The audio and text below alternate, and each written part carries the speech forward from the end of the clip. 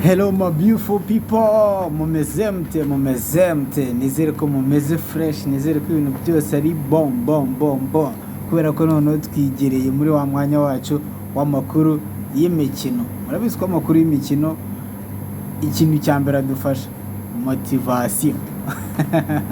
Uri umuntu ukunda siporo, umuntu wumva ibijyanye na siporo, aba ari interested muri siporo, ni na motivation ko akora siporo. Nanabashishikariza nyuma yo gukora subscribe kuri iyi TV, wibuke nyaboneka ukore na siporo, nabyo ni ingenzi cyane. Nujya gukurikirana amakuru ya politike cyane ukayinjiramo politike, murabazi ba bantu baba bakurikirana ahantu byacitse, intambara zabaye hirya no hino, turabikurikirana. Ariko noneho hari umuntu uri in deep muri iyo section, so uwo muntu inzozi ze, ibintu byose akora biba bijyana nyine muri uwo mujyo w'ibyo bintu akora. Ibyo wirirwamo, ibyo ureba nibyo ukora. So welcome back, mbangira ngo mbihere na welcome mbibutsa gukora agasiporo ni ingenzi cyane buri. So uyu munsi rero ntabwo turi butinde kuko mfite amakuru menshi ari update rwose. Munyihanganire, uyu munsi ikirere kiriwe nazi ukuntu kimeze, ariko ku makuru ho rwose ikirere cyaba kirimo miraba, cyaba kirimo iki, ngiye nzajya mba ndi hano kuri Byiringiro Football TV everyday just to update you. Kandi murabizi ko ndabakunda cyane, especially ku bantu banjye tubana kuva ku kiganiro cya mbere, kuva ku munota wa mbere kugeza ku munota wa nyuma tukiri kumwe. Muri abantu b'agaciro cyane, abantu bakanda like, you are amazing. Abakoze subscribe, oh my god, you are the most beloved people. N'abagiye kuyikora, so reka twikomereze muri siporo. Turahera mu Rwanda turebe se bimeze gute. Shampiyona yo mu Rwanda yarafunguye kimwe n'izindi zose. Narababwiye ko international break yararangiye, ubu ngubu tugiye kureba umupira. Football is back. So niyo mpamvu rero ubu ngubu ikintu turi bwibandeho ku mukino w'ejo wa Gikundiro. Murabizi ko Rayon Sport iyo igiye gukina ibintu birahinduka mu mujyi, ibintu birahinduka ahantu hose, igihugu cyose kiradidira, kubera ko Rayon Sport niyo kipe ubu ngubu noneho iri no ku mwanya wa mbere, ifite ubukaka n'ubushongore bw'abayobozi bashyashya. Ahubwo se Rayon Sport ubu wayinganya iki?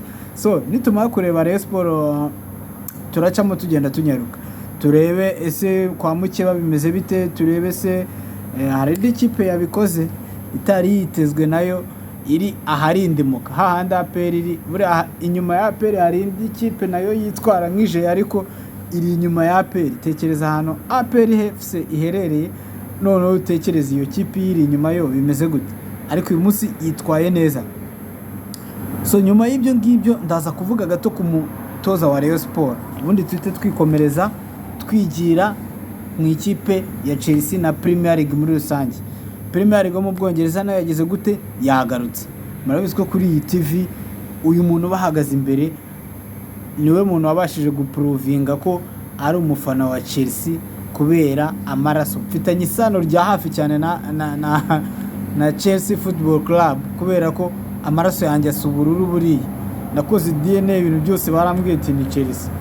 Mu maraso yanjye ya makaremangingo kitwa Chelsea. Niyo mpamvu rero navuze ati ngomba kuza nka standing up nk'umufana wa Chelsea uri proud, kugira ngo mbanze nkureho ibinyoma byose bivuga ku ikipe ya Chelsea, mbanze cecekesha abantu bose bibasiye ikipe ya Chelsea mu myaka 3 ishize, kuva twahomba umuherwe wacu Roman Abramovich kugeza na n'uyu munota, abantu bakituryamye hejuru bakidukandagira.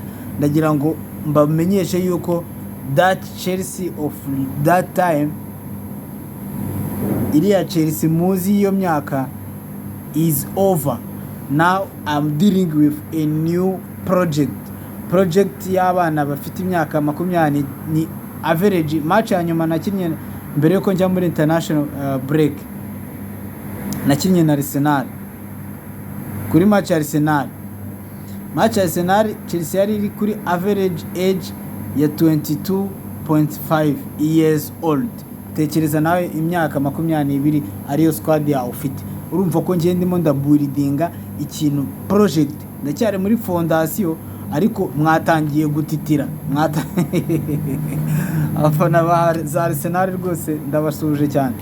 Okay, reka twigire mu makuru yacu by'umwihariko dutangire mu ikipe ya Rayon Sport. Mu ikipe Rayon Sport haravuga iki? Haravugwaho ikintu kijyanye n'amafaranga abakinnyi bagomba guhembwa y'imishahara yabo y'amezi 3 batarahabwa, ariko nk'uko mubizi hagiye ubuyobozi bushya bwamaze guhura n'ikipe ya Rayon Sport, bwayijeje ko amafaranga yabo bazayabaha nibamara gukora icyo bita paperwork. Paperwork ni inyandiko gushiftinga kuva mu buyobozi bucyuye igihe tujya mu, yani ubuyobozi nibumara gusetoringamo neza fresh buzahita bubaha amafaranga yabo, ariko babahaye agaprime gatubutse n'utundi duhimbaza musyi tuzagenda tuza mu mukino hagati, ariko abakinnyi barebo bari tayari. Mitanana kumuza kuri iki kintu cy'abanyamakuru b'abahetazi banga ikipe ya Rayon Sport. Akazi kabo nta kandi ni ugukereye inkuru zirwanya Rayon Sport, ni ugukereye amacakubiri muri Rayon Sport. We say no to that. We say no to fake news. I repeat, we say no to fake news, especially kuri abanyamakuru rwose. Nubwo mukorera ibinyamakuru biri powerful bikomeye, ariko please calm down. Rayon Sport mu buyobozi bwaho ni amahoro, mureke gukereya inkuru muvuga ngo se ngo Sadate ngo byagenze gutya ngo yashwanye nande ngo muvunyi nande. Utwo tuntu twaraturenze. Ubu ngubu Rayon Sport dufite ni ikipe iri hamwe, ni ikipe yunze ubumwe, ni ikipe yiteguye gutwara igikombe. Ibyo bintu uko ari bitatu nibyo bintu bigiye kutugeza kuri iki gikombe, kuko buri muntu wese arabibona ko igikombe tugifite, kiretse nitugifata gutya nk'uko aterura akantu kakajugunya tukareba tukijugunyira. Ariko ubu ngubu muri aka kanya dufite control, turi ku mwanya wa mbere n'amanota 20. Ikipe ya kabiri ni Gorilla tugiye gukina ifite amanota 18. Urumva nakosa tugomba gukora, kandi akeka ko umutoza wanjye rwose ndamwizeye neza 100%. Remplacement ziwe zamaze kunyereka yuko uburi umutoza, kugira ngo ngene nemere ko uyu mutoza afite kariba yo hejuru. Uyu mutoza Robertinho njye bundi muzi muri Simba ataraza muri Rayon, ariko muri Rayon Sport ahana maje comprovinga wrong ni ikintu bita adaptation, leading the game. Asoma umukino neza ukuri kugenda, ntago ari wa mutoza uzagira ikimwaro cyo guhindura plan yazanye ku mukino.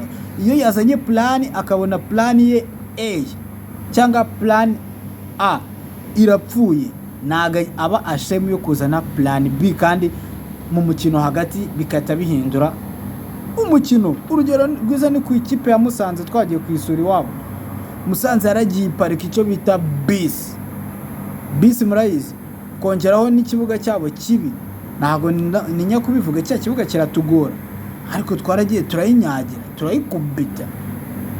Nyuma yo gusimbuza mu midfield agashyiramo umwataka, tukagira abataka babiri, nkahita mbona bikoze icyo bita reaction, nkahita mbona bibyaye umusaruro. Yagiye bikora ku makipe menshi cyane. So umutoza wacu wenda mwizeye cyane ko muri iyi liga ariwe mutoza twemera nk'ariwe mutoza wa mbere. Twirengagije ko ikipe ya Rayon Sport n'ubundi ari ikipe tubaze squad 11 starting players. Rayon Sport iri ku mwanya wa mbere, nk'uko n'ubundi no ku rutonde turi ku mwanya wa mbere, ntawe ubihakana. So reka twikomereze, ntago ndi butinde mu Rwanda cyane kubera ko dufite kujya irwota Masimbi tukareba uko byifashe. Kuri uyu munsi habayeho match ya Kiyovu Sport n'ikipe ya Etincelle. Kiyovu Sport itsinda 2-1. Yari match nubwo natayirebye full 90, ariko nanyuzagamo nkareba narindi no mu kandi kazi. Rwose Kiyovu Sport aya manota yari yanyotewe cyane. Tekereza ikipe nka Kiyovu Sport kubiri mu myanya ya nyuma, the last. Kiyovu Sport murayizi, Kiyovu Sport ni ikipe tuzi nka mu makipe 4 ya mbere mu Rwanda afite ibigwi akomeye ako mu buryo buri historique. Sinje kuvuga ngo batwaye ibikombe bingahe, ariko mu makipe afite fan base nini mu Rwanda Kiyovu iza mu makipe ane ya mbere. Tekereza rero kumva ngo iri ku mwanya wa nyuma, iri mu makipe azamanuka mu cyiciro cya kabiri.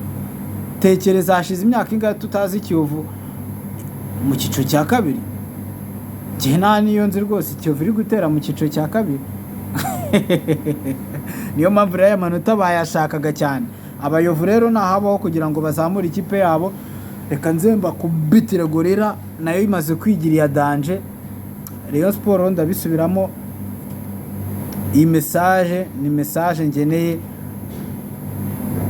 ikipe ya Rayon Sport nk'abakinnyi, apana nk'abayobozi, apana nk'abafana.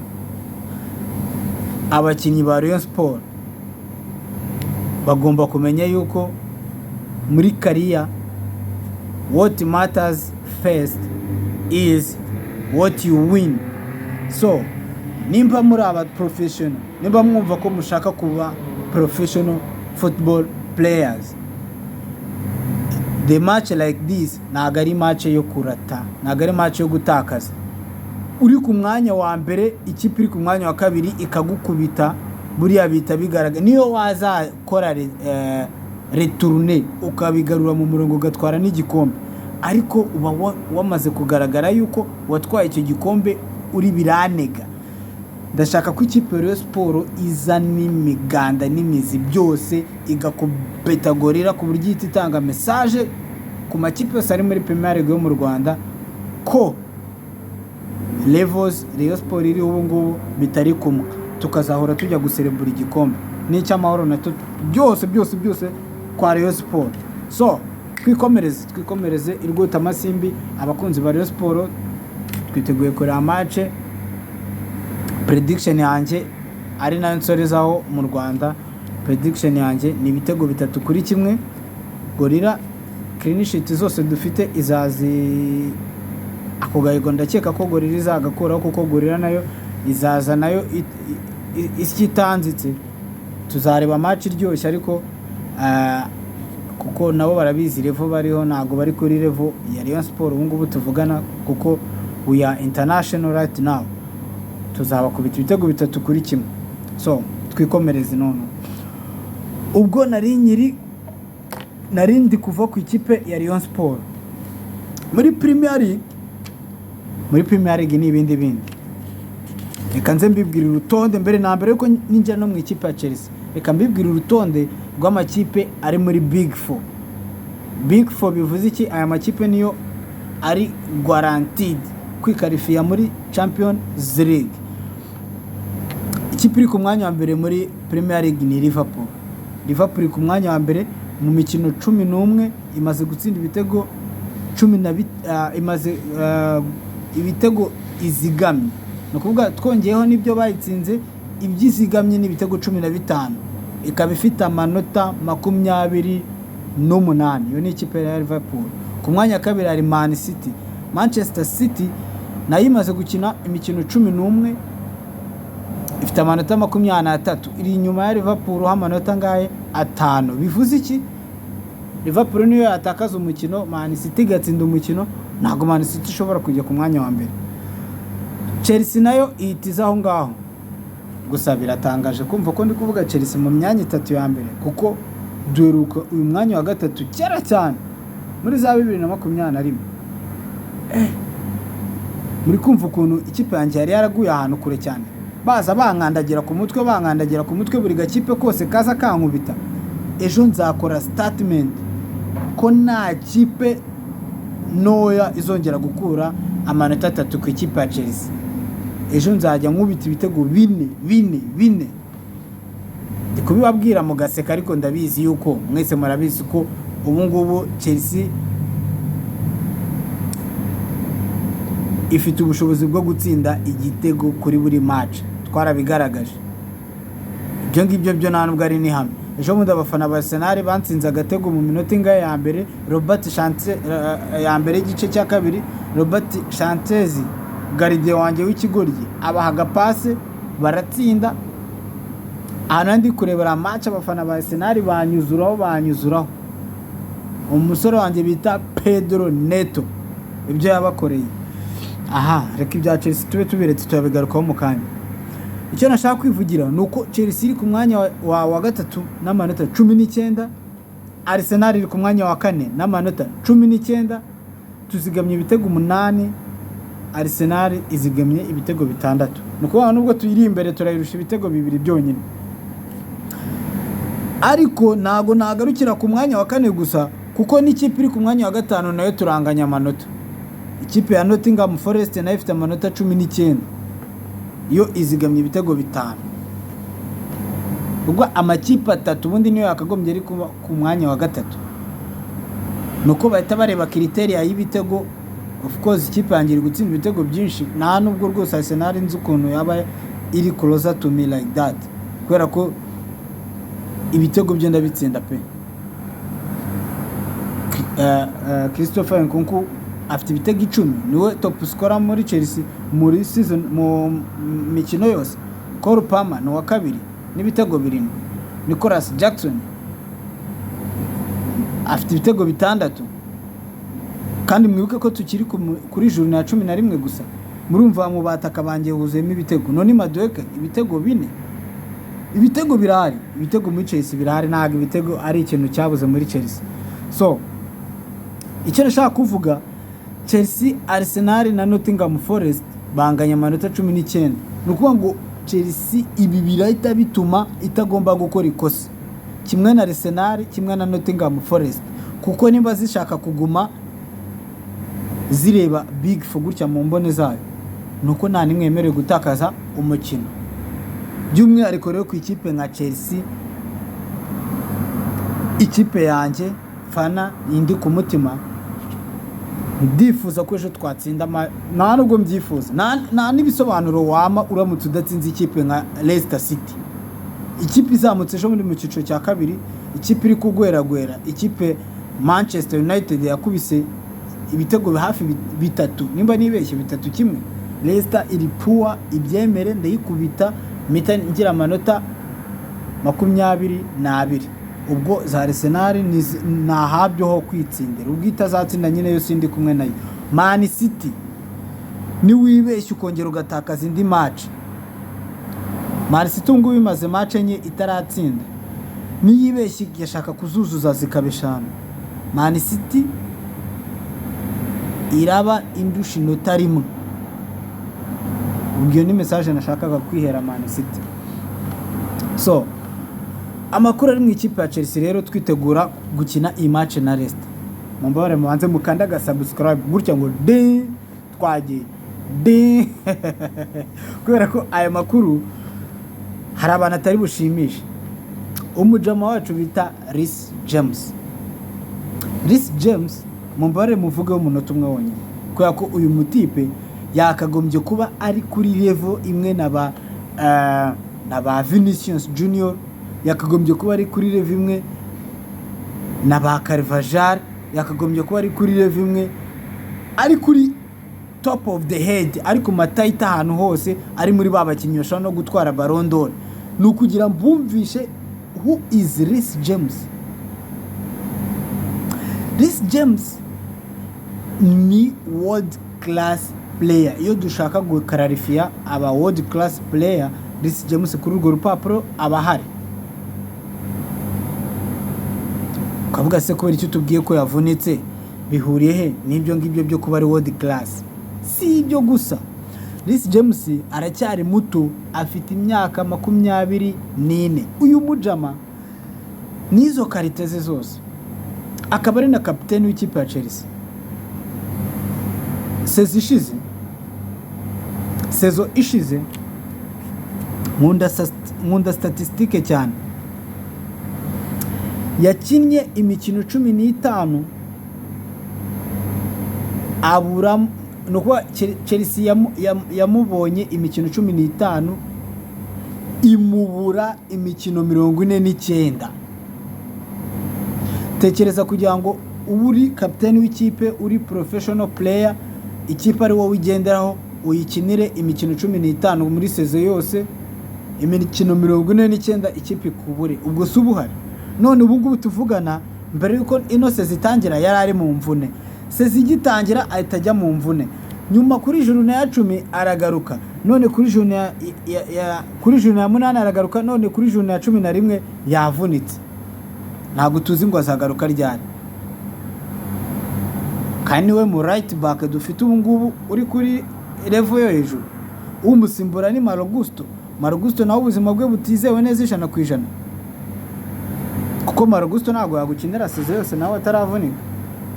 Nta hantu rwose biraba ibyo ngibyo.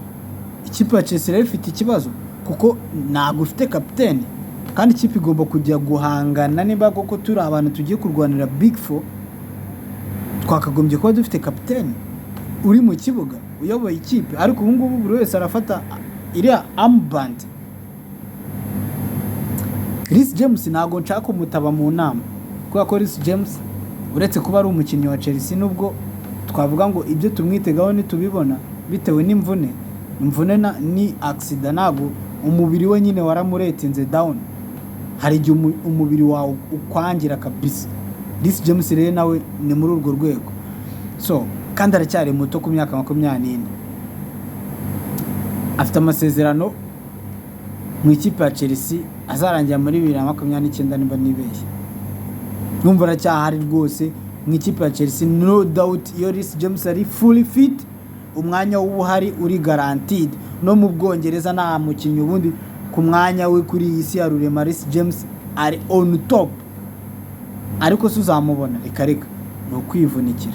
So uyu mujama rero Marogusto bivuze ngo uyu mwana w'umufaransa nawe w'imyaka 25 ahari ni ugomba kujya gute kumusimbura. Ibi bita binanyinjiza muri line-up y'ikipe ya Chelsea. Ejo mbere ko dukina na Leicester tuzajya ku kibuga cyayo. Leicester ni ikipe yambara ubururu, Chelsea ni ikipe yambara ubururu. Nta kosa tugomba gukora, tuzambara umukara cyangwa twambare ya jezi yacu ijya kumera nk'umweru, kubera ko tuzaba twagiye gusura Leicester.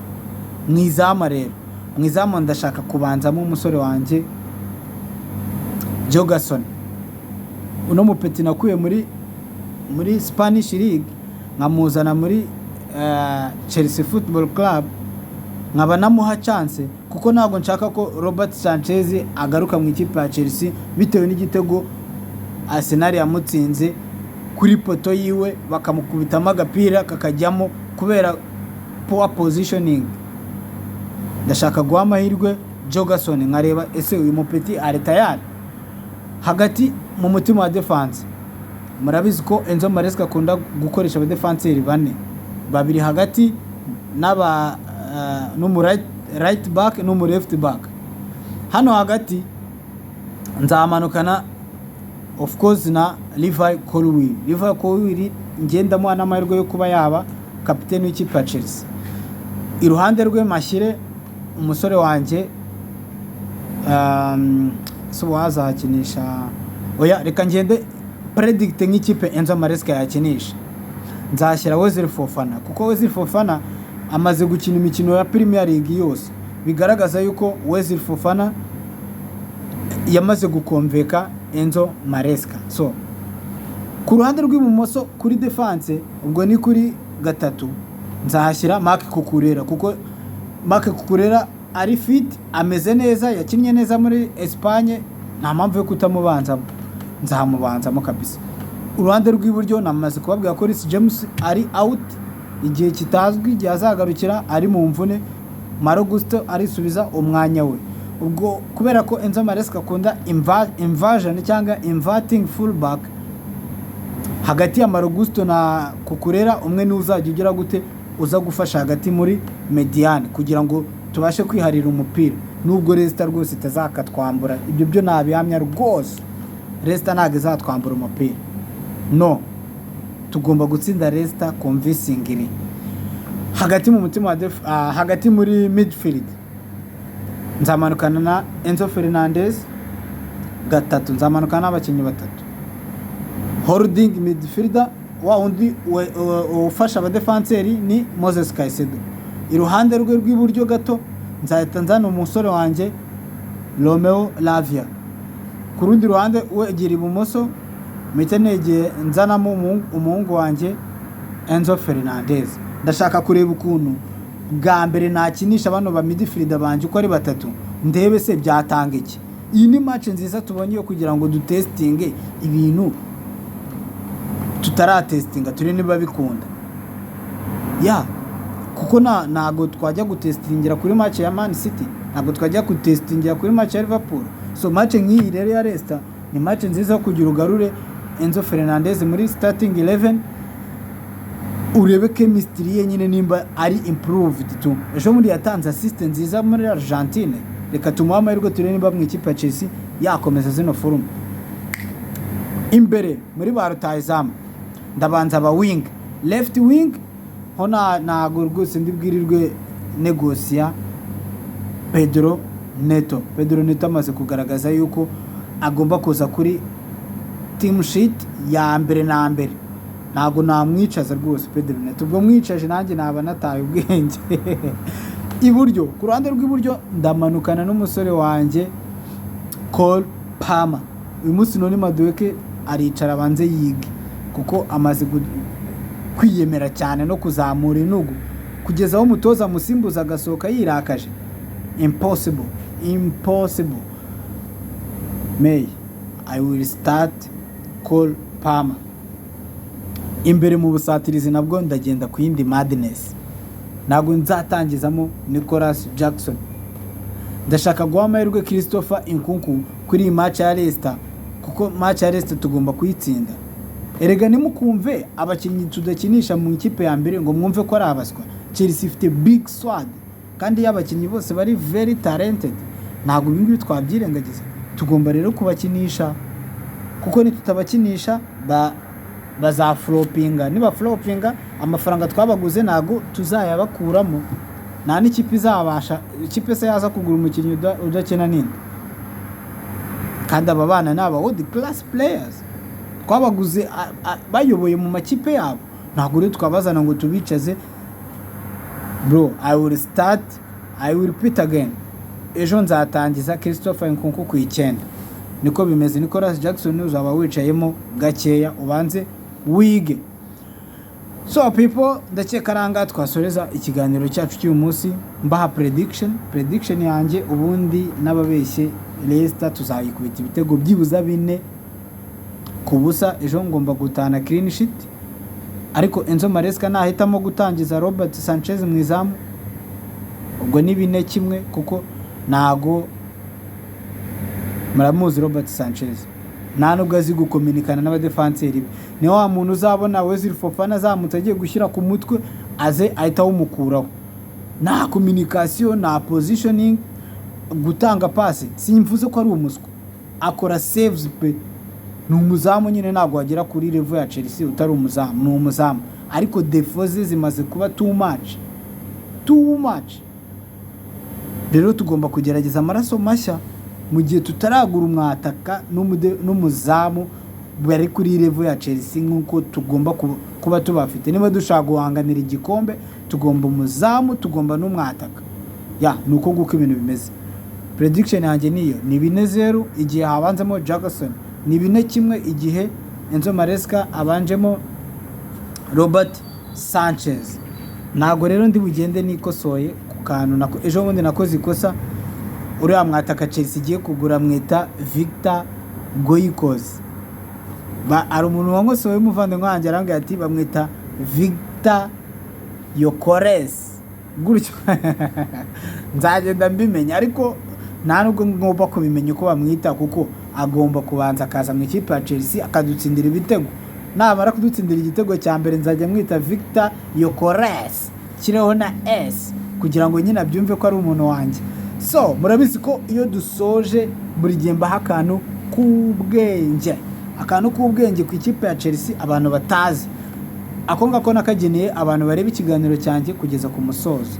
Nukuri ndabakunda cyane, ndabakunda by'umwihariko abantu bakora subscribe. Mudutera imbaraga, mutuma siporo yacu igenda iba spread, abantu benshi bakamenya aho bibera.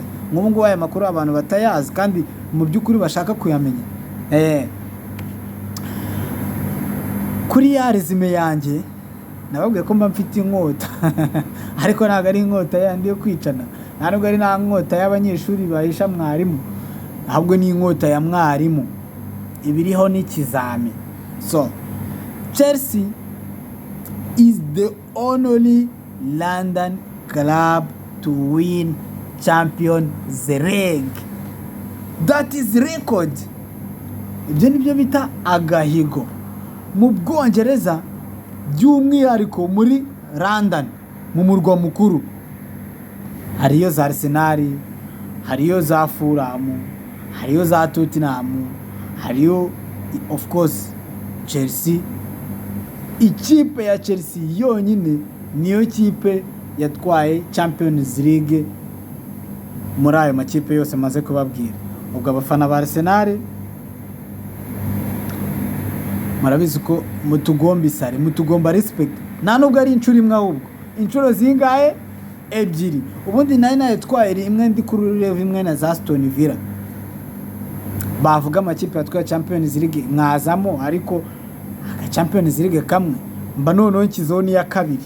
Ndagira mbatangarize ko ngiye gushyira ya gatatu igihe muzabona Chelsea yagarutse muri Champions League, mukabona Chelsea yaguze umwataka, yaguze n'umuzamu.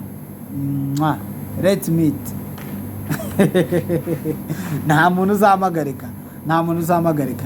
Ndabashimiye cyane rero ewana, muri abantu bagaciro cyane. Ni mwebwe mwakwino TV yacu hasi, mukaba muyigejeje hano igeze, tukaba dufite n'intego yo gukomeza kuzamuka tukagera no ku nzozi nyinshi cyane. Urabyumva ute?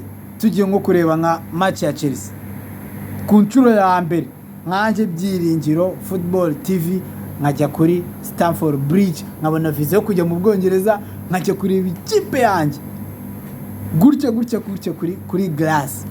Murabyumva gute? Urabyumva gute nkaho nkurikiye tujyanye dukoze nka tombora se, tukavuga ngo nabonye tike, twujuje yenda twabonye monetized, twabonye amafaranga mu bantu badukurikira, you never know, wasanga harimo n'abayirwe bo mu ikipe ya Chelsea, kavuga ati turabatumiye ku ikipe ya Chelsea, tukabona official invitation kubera ikipe yacu. So niba unakunda ikipe ya Chelsea rero, uburyo bwonyine bwo gusupporting ikipe yawe ni ukugura jersey, ni ugukora subscribe kuri TV nyingi ivuga ku ikipe nka Chelsea, by'umwihariko Rayon Sport. Umuntu ukunda sport uwo ari we wese yasanga rwose tukabana kandi akenjoyinga, kuko here we do sport, we eat sport, we wear sport, everything here is sport. A la vista, ndabakunda cyane. Ciao.